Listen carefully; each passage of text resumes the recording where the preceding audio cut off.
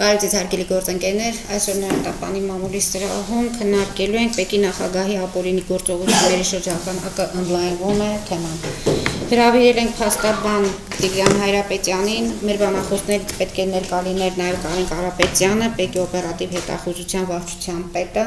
թե ինչու է բացակայում ասուլիսից, պատասխանը մեզ կփոխանցի պարոն Հայրապետյանը։ Խնդրեմ պարոն Հայրապետյան։ Ես ներողություն եմ խնդրում, ինչ որ հատված պետք է կարդամ, կներեք անհարմարությունների հետ կապված, ուղղակի քանի որ չեմ ուզում ոչ ճշգրիտ բառեր օգտագործել, նախընտրում եմ կարդալը, հետագայում նաև բանավոր կներկայացնեմ։ Իմ վստահորդը այսօր չի ներկայացել զուտ էթիկական նկատառումներից ելնելով, որպեսզի այս ասուլիսը լինի օբյեկտիվ։ Միևնույն ժամանակ նա անկեղծորեն համոզված է, որ որոշ անձինք, ինչ-ինչ շահագրգռվածությունից ելնելով, հակված են սահմանափակել կամ արգելափակել Հայաստանի Հանրապետության վարչապետին օբյեկտիվ եւ ամբողջական տեղեկատվության մատուցելը։ Նա գտնում է, որ Հայաստանի Հանրապետության վարչապետը այն անձն է, որ եթե տիրապետի ամբողջական եւ օբյեկտիվ տեղեկատվությանը, ապա վստահաբար կձեռնարկի անհրաժեշտ միջոցներ։ Ինչպես գիտեք, օրեր առաջ մենք մամուլի ասուլիս էինք հրավիրել այն փաստերով, որ Պետական եկամուտների կոմիտեն հանձինս իր նախագահի պատժում է երկրում կոռուպցիոն եւ հարկային հանցագործությունների վերաբերյալ հայ վարչապետին տեղեկություններ տրամադրողներին։ Դրանով իսկ ՊԵԿ-ը հայտարարում էր իրեն փակ կառույց եւ որևէ մեկին ոչ հաշվետու։ Փակ կառույց լինելը հաստատվում է նաեւ պարգևատրումների ցուցակը հրապարակելուց հրաժարվելու փաստով, ընդ որում մնացած բոլոր մարմինները հրապարակում են դրանք բացի ՊԵԿ-ից։ Սա ասուլիսի թեմա չէ, բայց առաջին հայացքից այստեղ առերևույթ առկա են կոռուպցիոն տարրեր եւ օրենքի կոպիտ խախտումներ։ Ուրեմն մեր նախորդ ասուլիսում, որ տեղի էր ունեցել հունվարի 21-ին, հայտնել ենք նաեւ, որ օպերատիվ հետախուզության վարչության պետ Կարեն Կարապետյանը իր պաշտոնավարման ընթացքում հայտնաբերել էր ներմուծման եւ արտահանման հանցավոր սխեմաներ,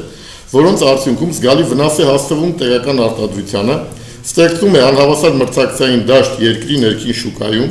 բյուջեից ահռելի քանակությամբ գումարներ են կորզվում, աղավաղվում է պաշտոնական վիճակագրությունը արտահանման ծավալների մասով եւ սա անազնիվ խաղ է մեր դաշնակից Ռուսաստանի դեմ, ինչով հարվածի տակ է դրվում նաեւ Հայաստանի Հանրապետության վարկանիշը։ Որպեսզի տպավորություն չստեղծվի, որ բացահայտված փաստերը շարքային հանցագործությունների է վերաբերում, ցանկանում եմ մի փոքր փակագծերը բացել հայտնաբերված սխեմաների վերաբերյալ։ Սխեմաներում կան այնպիսի դրվագներ, որ օրինակ X տնտեսվարողը դուրս է գրել 1 հարկային հաշիվ եւ այդ 1 հարկային հաշվով ցույց է տրվել առաքվող ապրանքի այնպիսի քանակություն, որը հնարավոր կլիներ փոխադրել առնվազն մի ամբողջ երկաթուղային շարասյունով, ոչ թե 1 տրանսպորտային միջոցով։ Ընդ որում տեղեկանքում նշված սուբյեկտները, որպես արտահանողներ, Հայաստանի պետական բյուջեից ստացել են միլիարդավոր դրամների ավելացած արժեքի հարկի վերադարձ։ Խնդիրը այստեղ կայանում է նրանում, որ ինքնին այդ արտահանողների կողմից արտահանվող ապրանքների ձեռքբերման սխեմաները արդեն իսկ խիստ կասկածելի են։ Այնտեղ կան բազմաթիվ մանրուքներ, որ հիմա հնարավոր չէ այդ մասին խոսել ժամանակի սղության պատճառով։ Մենք հենց հրավիրում ենք համապատասխան մարմինների ուշադրությունը այս հանգամանքների բացահայտման եւ քրեական գործ հարուցելու անհրաժեշտության վրա։ Առողջ տրամաբանությունը հուշում է, որ պետական եկամուտների կոմիտեի նախագահը նախ եւ առաջ ինքը պետք է շահագրգռված լիներ այս սխեմաների բացահայտման մեջ եւ ընդուներ օպերատիվ հետախուզության պետ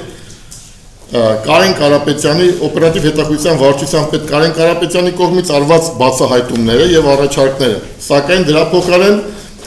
ՊԵԿ-ի նախագահը մեկուսացրել էր ՕՀՎ-պետին։ Ապրանքների ձեռքբերման, այստեղ մենք կասկածներ ունենք մի քանի հարցերի հետ կապված, ապրանքների ձեռքբերման կասկածը, որ իրականում արդյոք այդպիսի ապրանք ձեռքբերվել էր թե չէ, դրա եւ դրա քանակության քանակների իրական լինելը, այստեղ նաեւ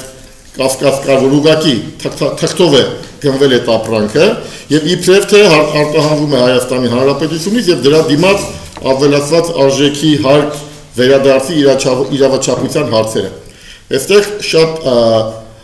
հասարակ ձևով կարելի է ստուգվել այս կասկածների իրավաչափությունը։ Մյուս սխեմաներով ապրանքը ներմուծվում է հիմնականում Թուրքիայից եւ տեղափոխվում ԵԱՏՄ երկրներ ծիծաղելի մաքսային արժեքներով։ Օրինակ, մի վերարկուի գինը մի քանի տասնյակ դրամից մինչև 100 դրամ մաքսային արժեքով։ Ընդ որում կային կասկածներ, որ այս ապրանքների մի մասը չէր տեղափոխվում ԵԱՏՄ երկրներ, այլ մնում էր Հայաստանում։ Իդեպ այս մասին նաև ուսումնասիրություն էր կատարել տնտեսական մրցակցության պետական պահպանության երևի հանձնաժողովում եւ մեր ունեցած տեղեկություններով այնտեղ եւս հաստատվել են մեր կասկածները։ Բնականաբար նման դեպքում ապրանքը ներմուծվում է Հայաստան ծիծաղելի մաքսային արժեքով եւ նմանատիպ ապրանք ներմուծողների համար նույն ապրանք ներմուծելը դառնում է անհնարին։ Մյուս կողմից, եթե այնպիսի ապրանք է ներկրվում Հայաստան, որը հետագայում արտահանվում էր, որը հետագայում ներեգություն, եթե այնպիսի ապրանք է ներկրվում, որը նաև արտադրվում էր Հայաստանում, ասենք տեքստիլ արտադրություն, ապա նման աննշան մաքսային արժեքով ապրանքի ներկրումը հարվածում էր տեղական արտադրողին եւ նրա արտադրանքը դարձնում ոչ մրցակցային։ Բացի այդ, սրանով աղավաղվում էր նաև երկրի վիճակագրությունը։ Օրինակ, եթե արտասահմանից ներկրվել է եւ արտահանվել է տեքստիլ արտադրություն, ապա ըստ վիճակագրական տվյալների ստացվում էր, որ Հայաստանի Հանրապետությունից տեքստիլ արդյունաբերության արտադրանքի արտահանման ծավալները աճել են 40%-ով։ Սակայն իրականում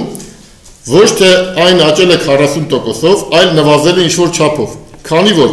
եթե անմրցակցային գներով ներկրված տեքստիլ արտադրանքի մի մասը մնում է Հայաստանում, ապա դա խփում էր տեղական արտադրությանը եւ դրա ծավալները նվազում։ Բացի այդ, նման վիճակագրությամբ հնարավոր չէ երկրի զարգացման ճշգրիտ ծրագրեր կազմել եւ տնտեսությունը տանել այդ ուղղությամբ։ Վերջին հաշվով նշված ապրանքների ներմուծման, մաքսազերծման այդ խաղի կանոնները նշանակում են երկու բան. Ա.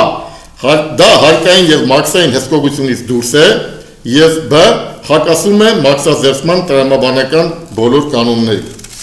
Այսպիսով մենք նման փաստերի վերաբերյալ տեղեկություններ էինք հայտնել եւ նշել էինք, որ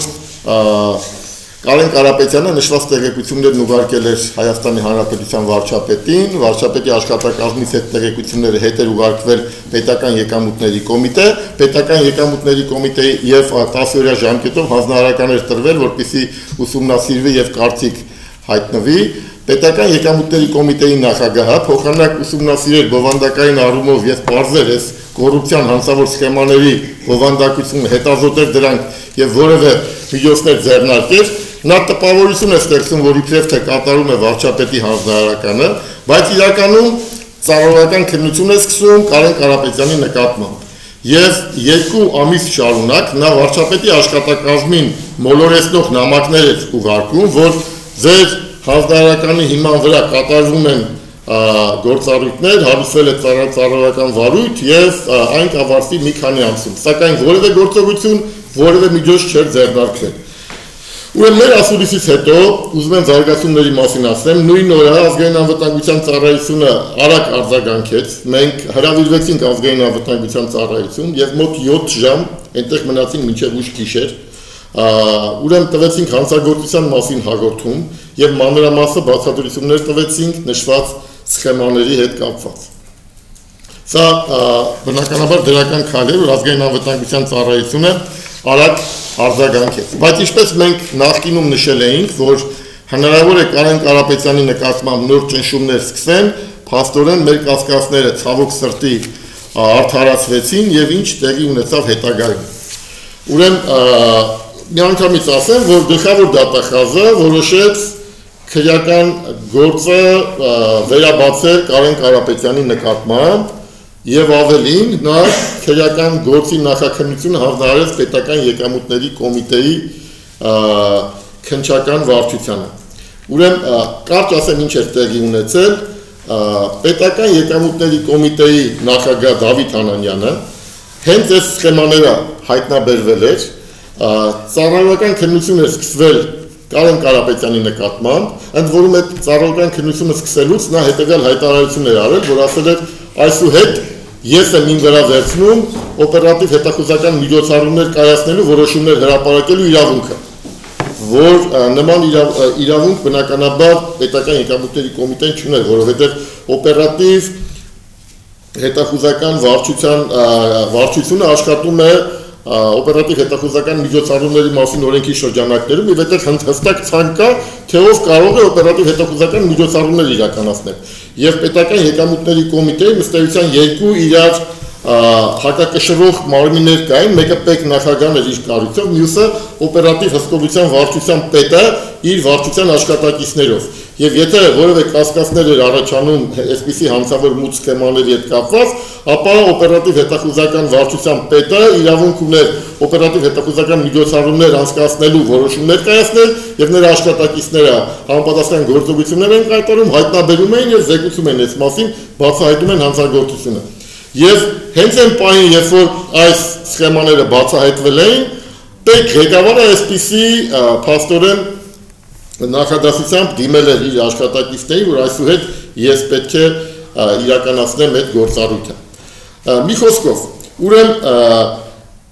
այդ ժամանակ պետք նախագահը դիմել էր հատուկ քննչական ծառայությանը, միջնորդություններ ներկայացել քրեական գործ հարուցելու Կարեն Կարապետյանի եւ վարչության աշխատակիցների գործողություններում պաշտոնական լիազորությունները չարաշահելու հանցակազմով։ Իբրև թե Կարեն Կարապետյանը սխալ որոշումներ էր կայացրել եւ այնպիսի մարմիններում է ստուգում անցկացրել, որի իրավունքը չէր ունեցել։ Ուրեմն 3.5 ամիս հատուկ քննչական ծառայությունում հարուցվեց քրեական գործ եւ 2.5 ամիս նախաքննություն անցկացվեց եւ մանրակրկիտ հարցաքննվեցին բոլոր վարչության աշխատակիցները, մի քանի անգամ Կարեն Կարապետյանը, ես նույնպես մասնակցել եմ այդ անհեթեթ հարցաքննություններին եւ բնականաբար վերջում եզրահանգվեց, որ թե իրավասություն ունեցել է Կարեն Կարապետյանը նման որոշումներ կայացնելու եւ թե այդ որոշումները ճիշտ են եղել եւ արդյունավետ են եղել եւ այդ որոշումների հիման վրա հարուցվեց քրեական գործ եւ հենց հիմա պետք քննչական վարչությունում այդ կայացված ՕՀՄ-ների արդյունքներով տվյալներով քրեական գործ է հարուցվել եւ գործ է քննվում։ Քրեական գործի հարուցումը փաստորեն կարճվել էր եւ անցել էր ժամանակ, որևէ մեկը չէր բողոքարկել։ Սակայն գլխավոր դատախազը հիմա, չգիտես ինչի, որոշել է այդ գործը վերաբացել, այսինքն քրեական գործի հարուցումը կարճելու մասին որոշումը վերացնել եւ բավարար չի քրեական գործը ուղարկել արդեն պետական եկամուտների կոմիտեի քննչական վարչություն։ Առաջինը այս որոշմամբ ուրեմն գլխավոր դատախազը կասկածի տակ է դնում հատուկ քննչական կոմիտեի անաչառությունը։ Երկրորդ, գլխավոր դատախազը բանն այն է, որ դրա իրավասությունը ընդհանրապես չի ունեցել։ Գլխավոր դատախազը չունի լիազորություն այդպիսի հանցագործության հատկանիշներով հարուցված քրեական գործը, երբ որ հարցը վերաբերում է այսպիսի պաշտոնատար անձին, ՕՀՎ-ի պետին գործը վերցնել եւ տալ պետական եկամուտների կոմիտեի քննչական վարչությանը։ Փաստորեն գլխավոր դատախազը չունենալով այս լիազորությունը ինքը սա իրականացրել է։ Այն էլ այն դեպքում, երբ որ նախ պետական եկամուտների կոմիտեի նախագահը ինքն է դիմել ՀԿՑ-ին առաջի անգամ, գտնելով որ ինքը չի կարող քննություն իրականացնել, դիմել է որ ՀԿՑ-ին քրեական գործ հարուցվի։ Բնականաբար, եթե իրենք լիազորություն ունենային եւ պետական եկամուտների կոմիտեի քննչական վարչությունը լիազորությունները քննելու գործը ինքը կքններ։ Երկրորդ, Կարեն Կարապետյանը այս հանցավոր սխեմաների արարքի մեջ ուղղակիորեն կասկածում հենց պետ նախագահին, որ պետ նախագահը ինչ որ առումով խառնված է այս սխեմաների հետ, որովհետև այլ կերպ հնարավոր չի բացատրել 2 ամիս այս հանցավոր անգործությունն ու անփութությունը, որ բացահայտված են այս սխեմաները, նա որևէ բան չի անում, մատը մատին չէր տալիս։ Եվ հիմա վերցնել եւ պետական եկամուտների կոմիտեի կազմում գտնվող քննչական մարմնին ուղարկել է գործը, սա նշանակում է ուղղակի գործը կոստելու համար վերցնել եւ տալ պետական եկամուտների կոմիտեի քննչական բաժնին։ Այն էլ այն դեպքում, երբ դրա իրավունքը գլխավոր դատախազը չունի։ Ճիշտն ասած, ես մանրամասը նշել եմ, թե որ օրենքի որ հոդվածներով այդ լիազորությունները տրված է, լիազորություն ունի գլխավոր դատախազը մի մարմնից վերցնել մյուսին տալ, բայց այդ լիազորությունը չի վերաբերում այն գործերին, որտեղ որ քրեական դատարանության օրենսգրքի 190 հոդվածի 6-րդ մասով նախատեսված սուբյեկտներն են գործել, այսինքն պետական պաշտոնատար անձիկ գործադիր մարմնի աշխատողներն, ովքեր կասկածում են հանցագործություն կատարելու մեջ։ Եվ այս դեպքում գլխավոր դատախազը չուներ այդ լիազորությունը, չուներ լիազորություն, սակայն գործը ուղարկել է այստեղ։ Հիմա ինչ է ստացվում, տեսեք, նախ երկու բան եմ ուզում ասեմ։ օրենքը գլխավոր դատախազին տվել է լիազորություն, որպեսզի նա առաջի 6 ամսվա ընթացքում կարողանա քրեական գործի կարճված քրեական գործը նորից վերաբացել եւ վերացնել կարճման որոշումը հազվադեպ բացառապես այն դեպքերում, երբ որ նոր հանգամանքներ են ի հայտ եկել կամ նախորդ նախաքննության ընթացքում այնպիսի խախտումներ են առաջ եկել, որ անհնարին է գործի արդար նախաքննությունը եւ հետեւաբար գլխավոր դատախազը իր այդ լիազորությունները փորձում է բանացնել։ Այն էլ դեպքում ասում եմ նորից, որ ինքը ունի այդ լիազորությունը։ Առաջինը չի ունեցել, երկրորդ, եթե անգամ ինչ-որ մեկը կարծում է, որ ինքը ունեցել է այս լիազորությունը, ապա այս լիազորությունը պետք է օգտագործվեր հատուկ դեպքերում։ Հիմա ինչա տեղի ունեցել։ 2 ամիս առաջ, այսինքն նոյեմբերի 23-ին այդ քրեական գործը կարճվել էր թե Կարեն Կարապետյանի, թե ընդհանրապես ՕՀՎ վարչության 5 աշխատակիցների արարքներում հանցակազմի բացակայության հիմքով։ Անցել էր 2.5 ամիս, այս որոշումը ստացել էր օրինական ուժ ու ինչ էր փոխվել, որ գլխավոր դատախազը իր չունեցած լիազորությունը փոխեց կիրառել եւ հաշվեհարդար տեսնել Կարեն Կարապետյանի նկատմամբ։ Ինչ էր տեղի ունեցել։ Մի բան էր տեղի ունեցել, որ Կարեն Կարապետյանը հանդգնել էր ենթադրյալ հանցագործությունների վերաբերյալ փաստերով զեկուցել հանրապետության վարչապետին։ Հիմա ինչ է ստացվում։ Ստացվում է օպերատիվ հետախուզական վարչության պետը իր լիազորությունների եւ անմիջական լիազորությունների շրջանակում հայտնաբերում է հանցագործության դեպքեր եւ փոխանակ սրանով շահագրգռված ունի թե գլխավոր դատախազը թե մնացած մարմինները գլխավոր դատախազը որոշում է կայացնում կրկին քրեական գործի վարույթը կարճելու վարույթը վերացնելու մասին։ Բնականաբար դիմեցին գլխավոր դատախազին, ասեցին խնդրում ենք մեզ տրամադրել այդ որոշումը, որպեսզի մենք կարողանանք դատական կարգով բողոքարկել։ Երկար հեռախոսազանգերից հետո դիմումը մակագրվել էր ինչ-որ դատախազի, մեզ բանավոր հեռախոսազանգով հայտնեցին, որ մեր դիմումը, որ այդ որոշումը տրամադրեք, որ մենք կարողանանք դատական կարգով բողոքարկել, սա էլ են ուղարկել պետական եկամուտների կոմիտեի քննչական վարչություն։ Ես այստեղ ուզում եմ մի բան ասեմ, որ ցանկացած պաշտոնի պաշտոնյա պետք է մեկընդմիշտ եւ հասարակությունը պետք է իմանա, որ լիազորությունը, օրինակ գլխավոր դատախազի լիազորությունը չի կարող ինքնանպատակ օգտագործվել, չի կարող այս լիազորությունը իշա դատախազության օգտագործվել կամ իշա արդարադատության կայացման օգտագործվել կամ օգտագործվել այսպիսի պայմաններում։ Հարց է առաջանում. լավ, անգամ եթե գլխավոր դատախազը որոշել է, անգամ եթե պետք է քրեական գործը նորից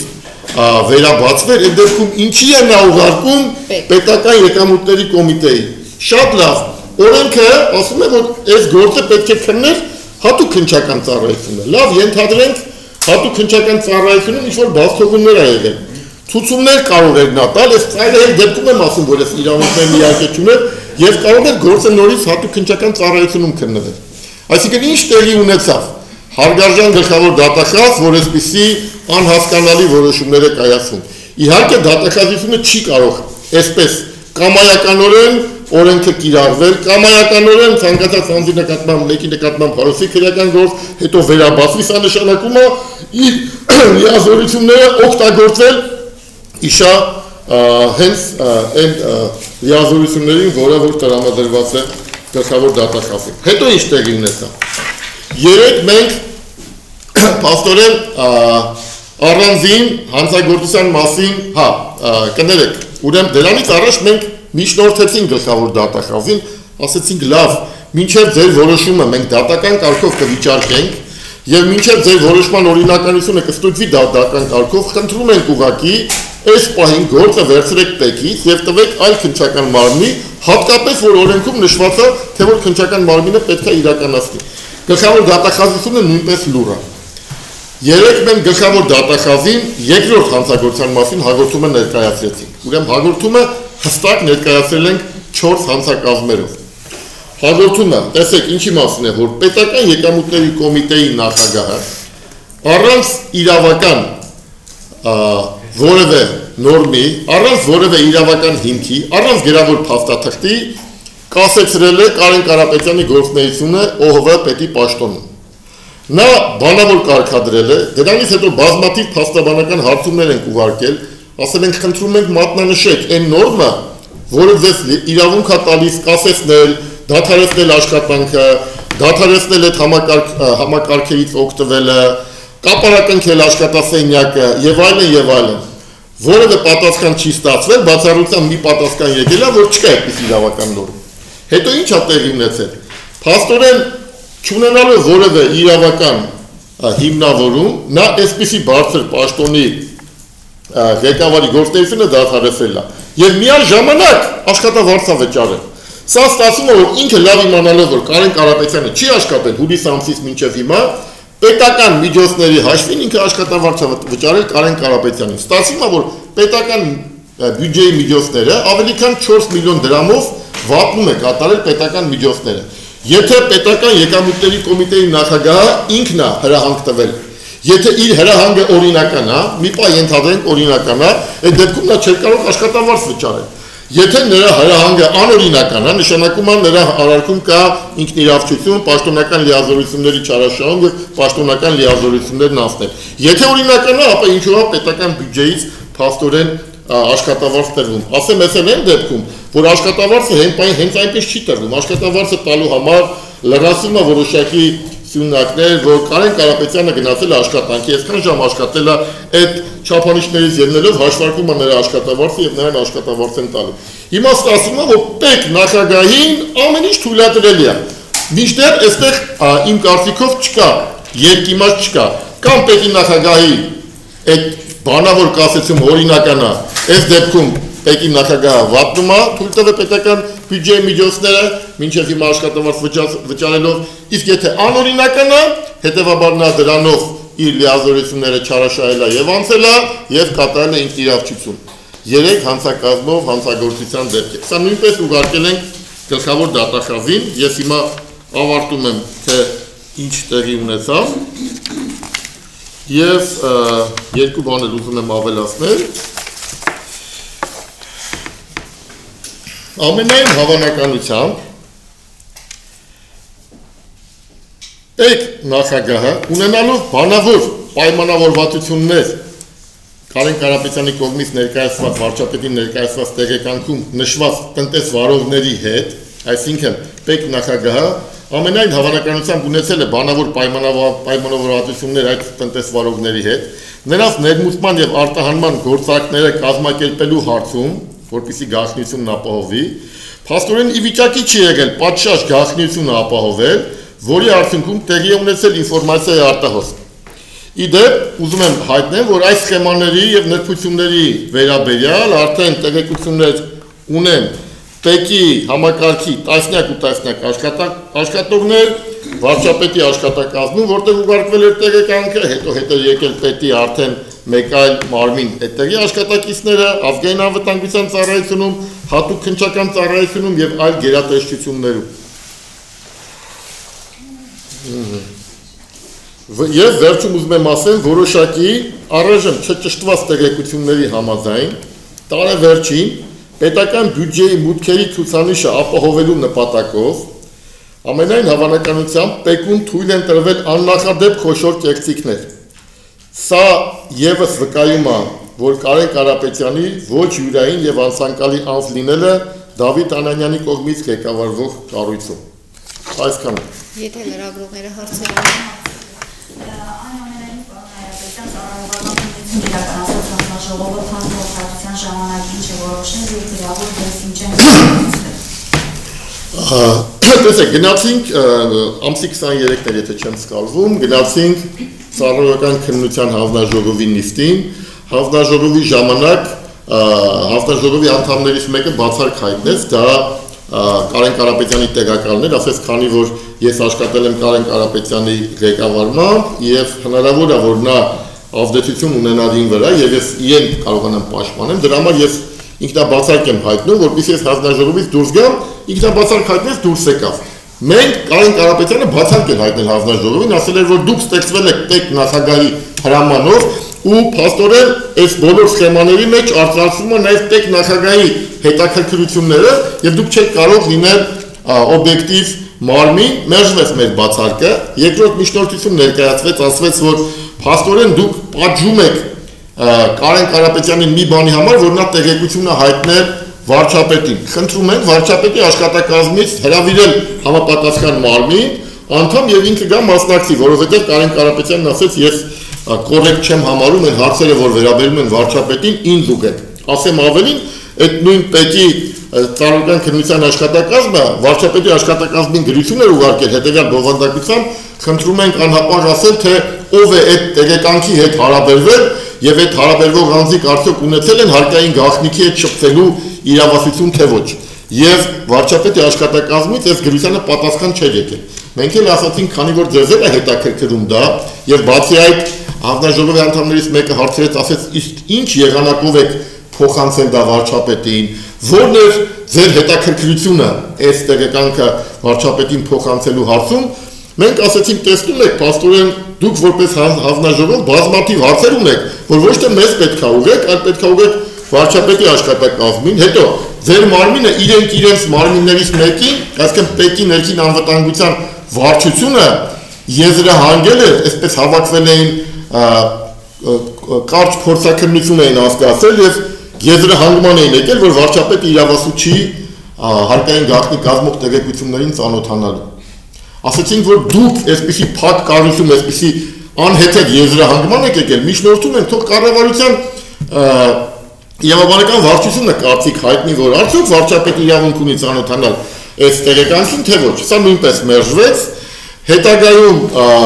մենք գրավոր բացատրություն ներկայացրեցինք, այդպես էլ չիմացանք ՊԵԿ-ի հանձնաժողովի անդամները կողմ են, որ վարչապետը իրավունք ունի ծանոթանալ հանցագործության փաստերով այս տեղեկանքում նշված տվյալներին, թե իրավունք չունի։ Այսպես էլ չհասկացանք, թե իրենք ինչ դիրքորոշում ունեն, հետո փակ ձևով մեզ հայտարարվեց, որ ավարտված է քննությունը, մենք կիմանանք արդյունքները, երբ որ մեզ գրավոր կտեղեկացնեն։ Մինչև հարցրեցին երբ, ասին 2-3 օրվա ընթացքում, մինչև հիմա սպասում են գրավոր որևէ որոշում չկա եւ տեղյակ չենք, բայց դրա փոխարեն արդեն տեսանք, թե ինչ տեղի ունեցավ։ Հատուկ քննչական ծառայությունից գլխավոր դատախազը վերցրեց գործ ուղարկեց, մեր բոլոր միջնորդությունները մերժվեց, արդեն բնական է, որ զարմանալի է, թե ՊԵԿ-ը գլխավոր դատախազը ոնց է ցես համահունչ, այսպես այդ սինխրոն հայերեն բառներ ուզում, տենց ներդաշնակ գնում են Կարեն Կարապետյանի իրավունքները կողքորեն ոտնահարելու եւ իրենց լիազորությունները ի վնաս Կարեն Կարապետյանի օգտագործելու այս համատեղ համագործակցությանը։ Եթե այլ հարցեր կան։ Հայտնի է, որ Դավիթ Անանյանը PHP աուդիտորական ընկերության հիմնադիրն է եւ բազմաթիվ գործողություններ է մատուցում տարբեր կազմակերպությունների։ Հնարավոր է, որ շահերի բախում է եղել եւ Կարեն Կարապետյանը որոշակի փուլով դոտել են գործողությանը։ Ճիշտն ասած շնորհակալ եմ հարցի համար, ես չգիտեի այդ տեղեկությունը, այդ անունները չգիտեի, բայց գիտեի, որ նա ժամանակին եկել է աուդիտորական չակերտավոր խոշոր ընկերության, բնականաբար, եթե ժամանակին անձը եկել է խոշոր ընկերության աուդիտոր եւ բազմաթիվ այսպիսի խոշոր ընկերություններին ծառայություններ է մատուցում, գիտենք աուդիտորական ծառայությունների թե նպատակը, թե մատուցման եղանակները եւ այլն, ու բնականաբար, եթե հենց ազգային անվտանգության ծառայությունում կամ չգիտեմ որ քննչական մարմնում պետք է հարուցվի քրեական գործ ու առաջի հերթին սա պետք է ստուգվի, թե արդյոք այդ տնտեսվարող սուբյեկտները, ովքեր sense կասկածելի իբրև թե ապրանքներ են ներկրում, փաստաթղթեր են վաճառում, հարվածում են Հայաստանի տնտեսությանը եւ sense չգիտեմ գնում են օրենքների sense կոպտորեն խախտելու ճանապարհով, արդյոք իրենք կապ ունեն ՊԵԿ նախագահի այդ ժամանակին աուդիտորական աուդիտորություն իրականացրած ընկերությունների հետ թե ոչ, ինչպիսի կապերով են կապված եւ ինչու հենց այս նույն գործառույթը կատարում են այդ սուբյեկտները։ Եթե սա մի խոսքով, այսքանը չեմ ուզում շատ ընդլայնվեմ հետագայում բարդություններից խուսափելու համար։ Արմինե Գրիգորյան Պաստորաթերթ, Ան Հայրապետյան, դուք նշեցիք, որ այդ հայտնաբերված խեմաները վերարկուն, տեքստիլ եւ այլն այդ օրինակ ապրանքների հետ է կապված, ինձ հետաքրքրում է արդյոք դա էր գաղտնիք պարունակողը, որը իրավունք չունի իմանալ վարչապետը, այսինքն վարչապետն իրավունք չունի իմանալ ինչքան տեքստիլ է մտնում Հայաստան կամ բլոլիկ կամ չգիտեմ ինչ, Նախտենց երկրորդ հարցս վերաբերում է ճիշտ է, որ ձեր վստահորդի անունը պլենիում պահեստների հետ է կապվում եւ որ ինքը այնտեղ շահագրգռվածություն ունի եւ հայտնի է մամուլից, որ Արի Կարապետյանը բավական աղմկահարույց դեպքերի մասնակից է եղել ժամանակին եւ այստեղ դուք չեք տեսնում արդյոք չգիտեմ այնպիսի կերպ, որ տնտեսական գործունեություն ծավալելու ընթացքում կարող է հենց իր շահագրգռվածությունը եղած լինել, որի պատճառով պետք նախագահը նման որոշում է կայացրել եւ ընդհանրապես ինչ պլենումի մասին է խոսքը, որը ասոցացվում է։ Շատ լավ։ Խնդրում եմ, եթե ինչ-որ հարցի չեմ պատասխանի, ինձ հիշեցրեք 2 հարց տվեք, բայց 4 հարց կա, գամ վերջից։ Նախ պետք նախագահն է նշանակել Կարեն Կարապետյանին։ Եթե պետք նախագահը նման մտավախություն ունենար առաջինը, նա չպետք է Կարեն Կարապետյանին այդ պաշտոնում նշանակել։ Ես սա մի բան եմ հաստատում, որ գոնե այն ժամանակ, երբ որ Կարեն Կարապետյանին պետք նախագահը նշանակել է այդ պաշտոնում, ինքը վստահ է եղել Կարեն Կարապետյանի օբյեկտիվության մեջ, վստահ է եղել պրոֆեսիոնալիզմի մեջ եւ եթե չեմ սխալվում, մամուլում բազմաթիվ կան հրապարակումներ, որ ինքը հենց այսպես էլ ներկայացրել է։ Հիմա ինչ վերաբերում է երկրորդ հարցը Կարեն Կարապետյանի նախկինում պետական պաշտոնյա լինելու հանգամանքին, տեսեք, ուզում եմ ասեմ, որ առաջինը, եթե մենք նախկինում պետական պաշտոնյա բարձրաստիճան պաշտոններ իրականացնող անձանց պետք է խաչ քաշենք իրանց վրա եւ ասենք ոչ, սրանք նախկին իշխանությունների ժամանակ աշխատած մարդիկ են, այդ դեպքում այսօր այդ 90%-ը պետք է խաչ քաշվի, որովհետեւ հա, շատ լավ, հիմա դա եք ասեմ, սակայն հենց այն ժամանակ, հենց որ ամենադժվար ժամանակ, երբ որ Կարեն Կարապետյանը նշանակվեց այդ պաշտոնում, սա արդեն հաստատում է, որ որևէ մեկի կողմից կասկածներ չի եղել իր անաչառության պրոֆեսիոնալիզմի մեջ։ Բացի դրանից, տեսեք, այն որ պրոֆեսիոնալ է եղել Կարեն Կարապետյանը, հաստատվում է հետևյալ հանգամանքով։ Նա նախկինում աշխատել էր, չէ, նախկին իշխանությունների հետ եւ լավ գիտեր ինչ է նշանակում նախկին իշխանության ղեկավարի դեմ գնալ, այսինքն պետքա, եթե կան ինչ-որ սխեմաներ, պետքա հարմարվել, պետքա հատել սեփական շահը գտնել, պետքա եւ այլը, բայց Կարեն Կարապետյանը մենք իրականում հենց վարչապետն ասել, չէ ինչ-որ բան փոխվեց Հայաստանի Հանրապետությունում, եղավ հեղափոխություն եւ ասվեց, որ այն բոլոր անձիկ, ովքեր ի վիճակի են նոր պայմաններում աշխատել ու պրոֆեսիոնալ են, պետք է իրանց հնարավորություն տրվի։ Կարեն Կարապետյանը հենց վարչապետի կանչով մտավ այս ծանր վերի տակ եւ ընդամենը աշխատել է 36 օր, 36 օր էլ չէ, անգամ ավելի քիչ, որովհետեւ նշանակվել է հունիսի 1-ին շաբաթ կիրակ է եղել, հուլիսի 6-ին էլ էլի հուլիսի 3-ին է շաբաթ կիրակ եղել, եթե 4 օր անեն, ըստ էության մի ամիս է աշխատել, բայց այդ մեկ ամսվա ընթացքում այս բոլոր բացահայտումները կատարել է ու ինչա տեղի ունեցել իրեն առանձնացրել են ձեզ թվում է Կարեն Կարապետյանը չգիտեր այդ լեզու գտնելու եւ այլն մեխանիզմները սակայն եւ հետո ինչա տեղի ունեցել ինքը առաջինն է դիմել է վարչապետին վստահելով վարչապետին եւ հույսը դնելով վարչապետի վրա եւ իրականում մեր միակ հույսը Կարեն Կարապետյանի միակ հույսը վարչապետն է որ ինքը այս առումով կիրականացնի օբյեկտիվ քննություն եւ պատասխանատվության կենթարկի բոլոր այն մարդկանց, ովքեր վարչապետի հետ մոտիկությունը չարաշահում են, ովքեր իրենց պաշտոնական լիազորությունները չարաշահում են եւ ի վնաս իրենց ծառայական պարտականությունները են իրականացնում։ Երրորդ հարցը պլենումի հետ կապված։ Տեսեք, պլենումը մեղադրում են ինչի քրական գործ հարուցվեց, հենց դրա համար ասեցին, որ Կարեն Կարապետյանը ինչ որ պլենիում ՍՊ-ի է եղել, որ այդ պլենիում ՍՊ-ի շահերը արծարծվել է այդ կազմակերպությունը, որտեղ ինքը ստուգում անցկացրել։ Դրա համար քրական գործ հարուցվեց։ Այսինքն ներողություն, դրա համար նախ ծառայական քննություն սկսեց ՊԵԿ-ում։ Հետո ՊԵԿ-ը հասկացավ, որ այստեղ որևէ բան չկա, ՊԵԿ-ը ստիպված գործը ուղարկեց ՊԵԿ-ի նախագահ ՀԿՑ, ասեց մի հատ էլ դուք քննեք, կարողանաք գտնել ՊԵԿ-ում 3.5 ամիս քննեցին, այդ անհեթեթ հարցերն ու պատասխանները ես ներկա եմ եղել։ Որևէ բան չգտնվեց, ընդհակառակը ասեցին, որ այդ ստուգումը, որ կատարել է իբրև թե պլենիում, եւ ասում են, որ իբր պլենիումի հիմնադիրը Կարեն Կարապետյանի հայրն է, հանգուցյալ անհեթեթություն է, այսպիսի բնականաբար այս ամեն ինչը հերքվեց եւ ՀԿՑ-ն գտավ, որ ճիշտ է նշանակել եւ քրական գործ հարուցվեց։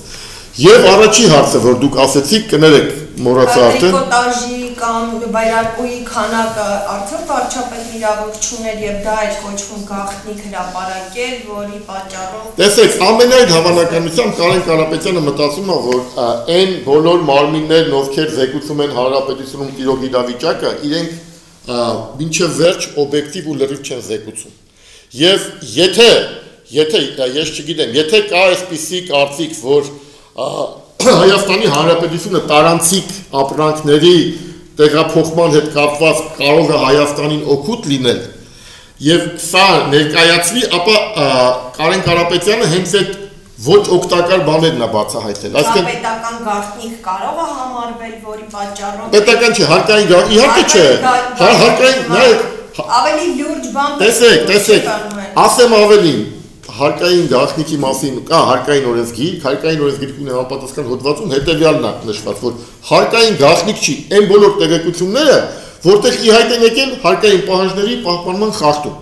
Արդեն սա օրենքյուժով հարկային գաղտնիք չի, այն որ հարկային գաղտնիք է, սա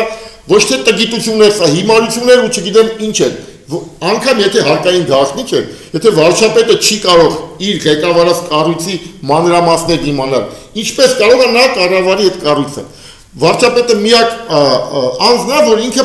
պարտավոր է, ոչ միայն պետք է իմանա, անգամ Կարեն Կարապետյանը պարտավոր էր, եթե կասկածներ կար Պեկին նախագահի, որ Պեկին նախագահի ինչ-որ ձևով խառնված է ամեն ինչի մեջ, պարտավոր էր զեկուցել վարչապետին։ Ուրիշ կարծիք է, իմ կարծիքով, եթե ես լինեի վարչապետի աշխատակազմը, ես չէի ուղարկի նորից Պեկին, կուղարկեի մի անգամից ազգային անվտանգության ծառայություն, կասեի նայեք, տեսեք, թե ինչա տեղի ունենում։ Այստեղ ուրիշ խնդիր է, չեմ ուզում թող վարչապետը ինքը որոշի իր աշխատակազմի ղեկավարը լավ աշխատում, թե վատ աշխատում, բայց մի բան այստեղ ակնհայտ է, որ անգամ վարչապետի աշխատակազմի ղեկավարի ցուցումը չկատարվեց Պեկի նախագահի կողմից։ Եվ երկու անգամ Պեկ նախագահին այսպես խեղաթյուրված պատասխան գնաց։ Տեսեք, ուզում եմ մի բան ասեմ, քրեական օրենսգրքում շատ հանցագործության հանցակազմներ հետևյալ ձևի է սկսում, որ վստահությունը չարաշահելով ինչ-որ գործողություն կատարել։ Հիմա Պեկ նախագահի այս բոլոր գործողությունները շատ նման են այս բանին։ Վստահությունը չարաշահելով երկու անգամ Պեկ նախագահը գրություն է ուղարկում վարչապետի աշխատակազմին, ասում է, որ գիտեք, ինչ կա, մեր մոտ քննություն է իրականում, բայց իրականում քննություն չի իրականում։ Կամ այս դեպքերը, վերջի դեպքերը պարգևատրիչ վճարումների հետ կապված։ Ասում է, մենք սկզբում ասում ենք, որ չենք վճարվել, հետո ասում են վճարվել ենք, բայց այդքան չի վճարվել, հետո ասես, որ բոլորն են վճարվել, պարզվեց, որ բոլորը վճարվել են 10,000 դրամ պարգևավճար։ Հիմա Պեկի նախագահի այդ ասածը, որ բոլորը ստացել են պարգևավճար,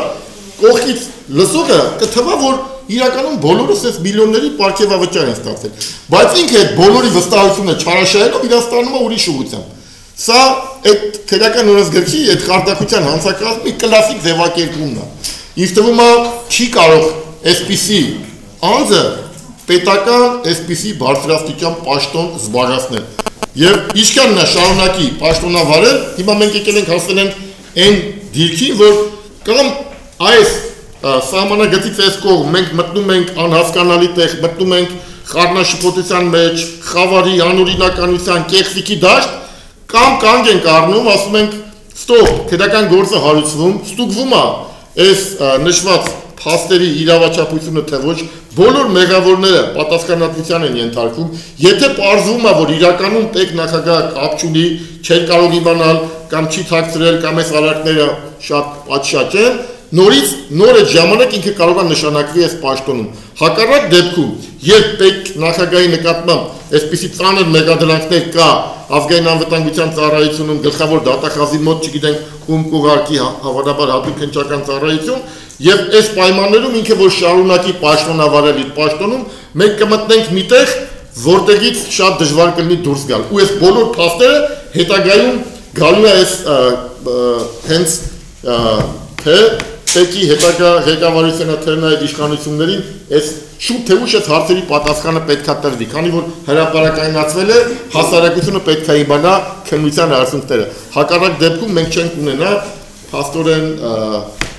թափանցիկ, քննություն եւ այլն եւ այլն եւ այլն։ Դրա համար մեր խորին համոզմամբ օր առաջ պետք է վաղը 10-րդ օրն է, որ մենք հանցագործության մասին հաղորդում ենք ներկայացրել։ Հանցագործության մասին հաղորդումը 3 որոշում կարող է կայացվի, քրեական գործ հարուցելու, քրեական գործի հարուցումը մերժելու կամ քննչական ենթակայության ուղարկելու որոշումն է։ Այս երեք որոշումներից մեկը պետք է կայացվի եւ բնականաբար եթե կայացվի եւ Կարեն Կարապետյանին չբավարարի, բնականաբար պետք է բողոքարկվի, ինչպես մենք պետք է բողոքարկենք արդեն գլխավոր դատախազի այս որոշումը դուք կիմանաք, այդ անհեթեթ որոշումը մենք շատ սպասում ենք այդ որոշմանը, որ հասարակությունը տեսնի, որ գլխավոր դատախազը ինչպես է իր լիազորությունները կիրառում պատժելու համար, ինչ որ մեկին, ինչ որ շահի համար։ Եվ այդտեղ հետաքրքիր կլինի, թե ինչ իրավական հիմնավորումներ է բերել հարգարժան գլխավոր դատախազը, որի իրավունքը ինքը չունի։ Սպասում ենք անհամբեր այդ որոշմանը, դա կբողոքարկենք դատարան, կբողոքարկենք նաև եթե գլխավոր դատախազը պետ նախագահի նկատմամբ քրեական գործ չհարուցի հանկարծ, այս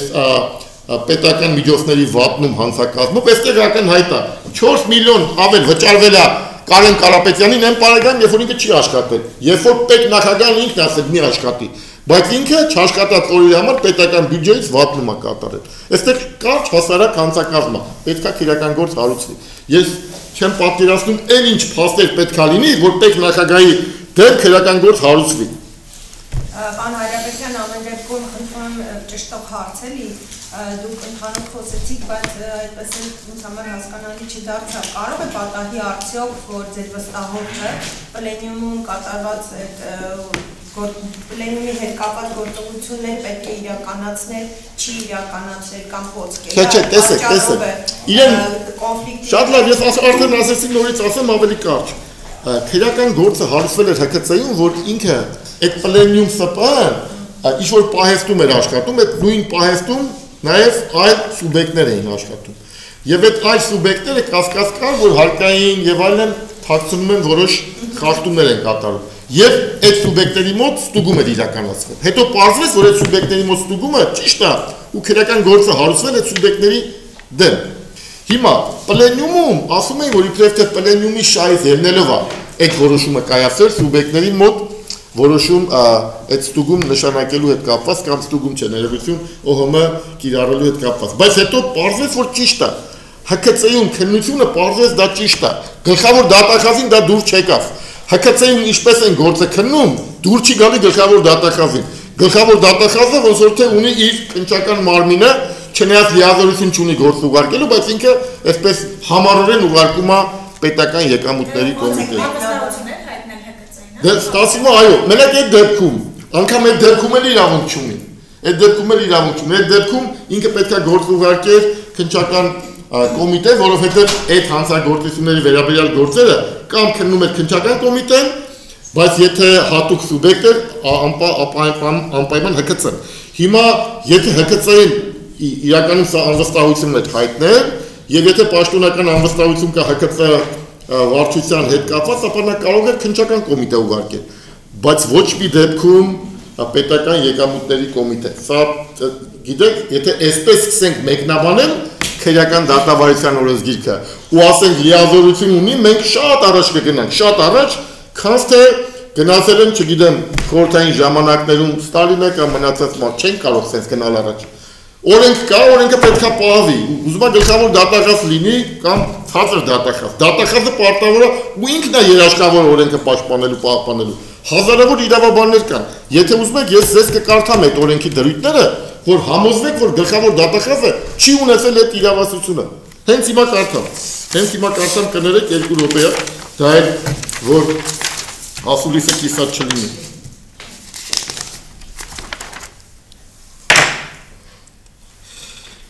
Ուրեմն, տեսեք, դատախազի լիազորությունները բաժնում, քրեական դատավարության օրենսգրքի 21 հոդվածն է։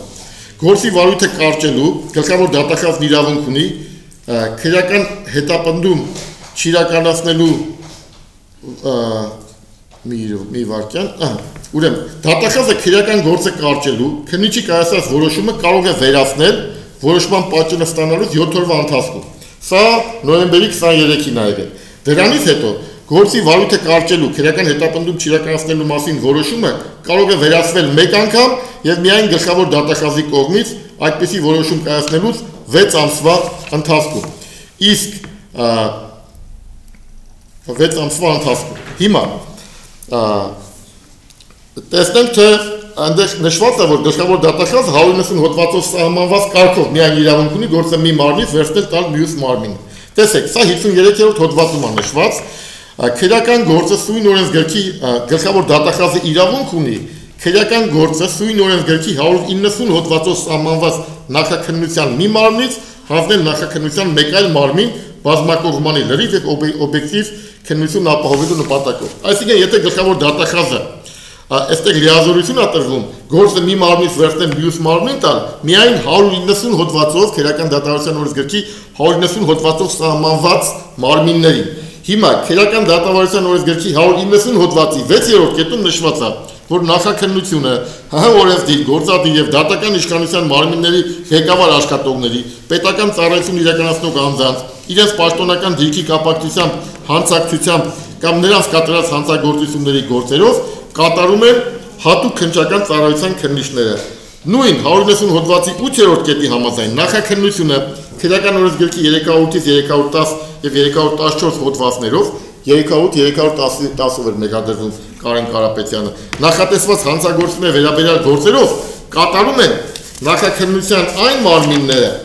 որի վարույթում գտնվում է գործի քննության ընթացքում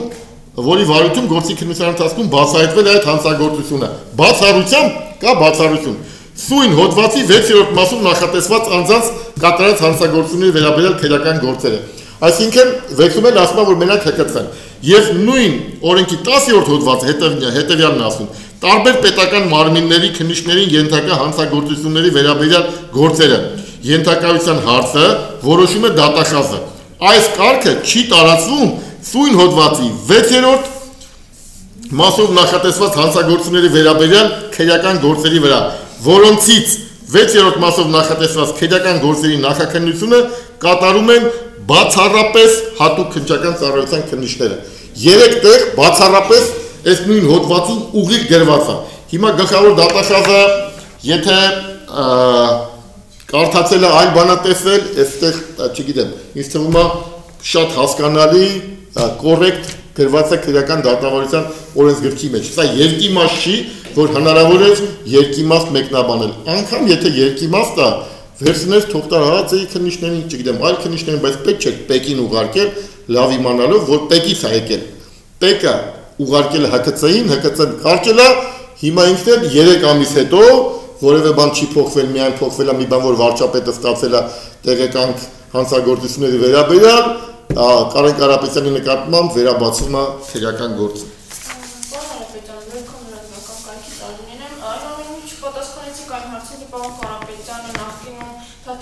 Թակախված է եղել կոռուպցիոն սխեմաների, ինչ-որ որոշ նմանատիպ գործողությունների մեջ։ Տեղեկություն ունեք, թե ոչ։ Տեսեք, հիմա մեր ասուլիսի թեման ոչ թե նա է, որ նախկինում Կարեն Կարապետյանը ուղիղ համեմատական է դրա։ Ոնց է ուղիղ համեմատական։ Ոնց է ուղիղ համեմատական։ Եթե Կարեն Կարապետյանը թաթախված լիներ եւ դա ազդած լիներ իրեն այս պաշտոնում տնտեսվարելու ժամանակ վարչապետ առաջինը թույլ չէր տա այս պաշտոնի նշանակում։ Պետք նախագահն է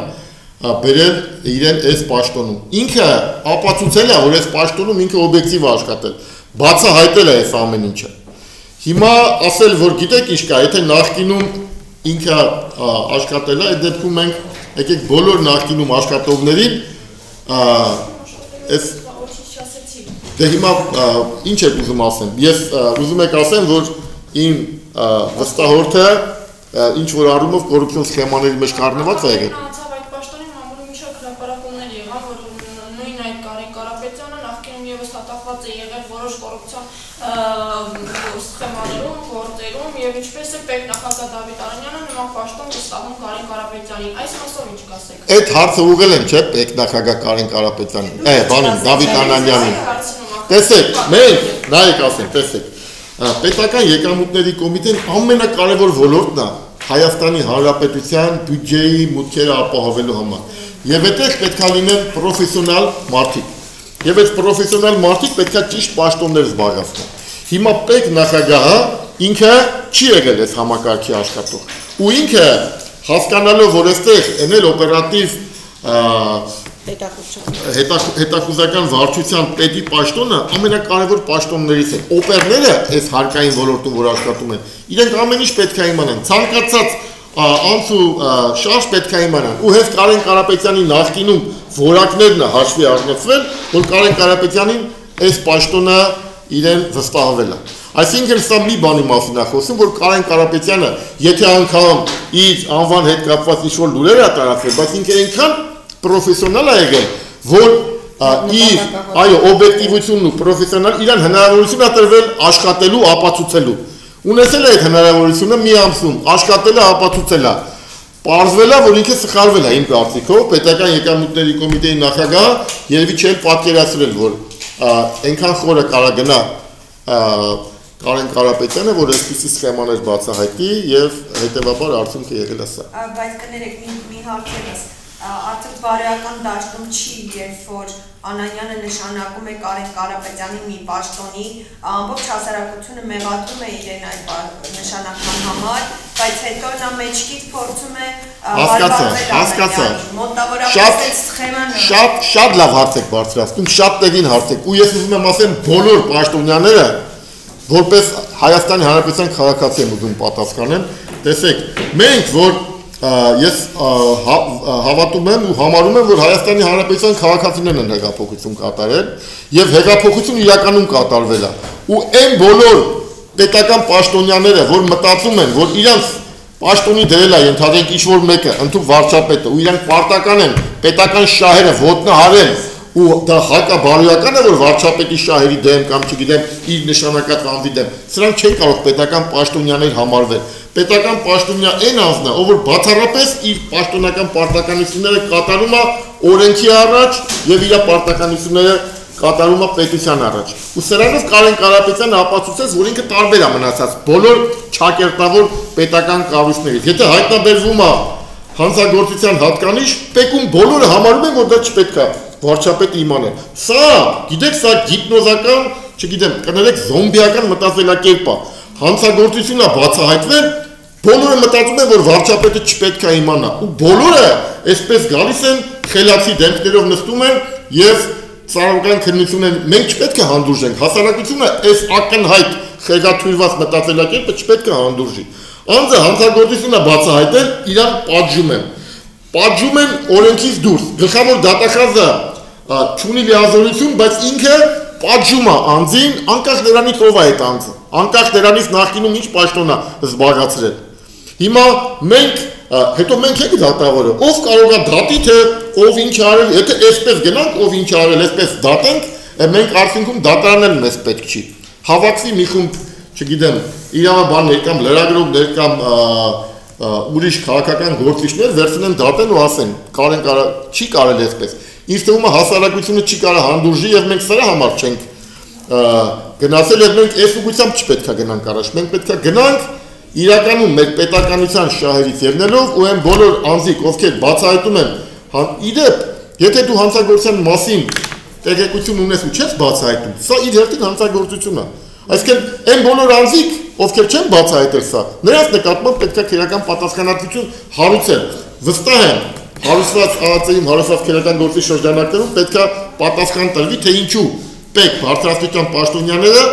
երկար ժամանակ գործը չեն ուղարկել քննչական մարմիններին, ԱԱԾ կամ գլխավոր դատախազին այսպիսի ակնհայտ փաստերի արկայության դեպքում։ Ու եթե իրանք չեն ուղարկել, պետք է այն հարցին պատասխան տրվի, դիտավորյալ չեն ուղարկել, ունեցել են սեփական շահ, թե թյուրիմացաբար չեն իմացել այս օրենքը, իրանց մեղքի արկայությունը չկա, բայց եթե չեն իմացել մեղքի արկայությունը չկա, իրանք չեն համապատասխանում այն դիրքին, որ այս պաշտոնները զբաղեցնեն պետքում բարձրաստիճան պաշտոնյեր։ Իմ խորին համոզմամբ պետքի բարձրաստիճան պաշտոնյաների մեծ մասը պետք է թարմացվի ու այդտեղ պետք է գան արհեստավարժ եւ օբյեկտիվ մարդիկ։ Ու ինչ է նշանակում կներեք, որ անձին առանց օրենքի թույլ չեն տալի իր պաշտոնական պարտականությունները կատարել։ Ով է իրեն օրենքից վեր դասում ու չի պատժվում։ Պետք նախագահը իրեն օրենքից վերադասել, մինչև այսօր չի պատժվում։ Ոնց հասկանանք սա։ Եթե այլ հարցեր չկան, պարոն Հարապետյան, մենք սպասենք այդ որոշումներին, հետո զարգացումները ինչպիսին կլինեն, դուք արդեն մեզ տեղնեք։ Շատ լավ, շատ լավ։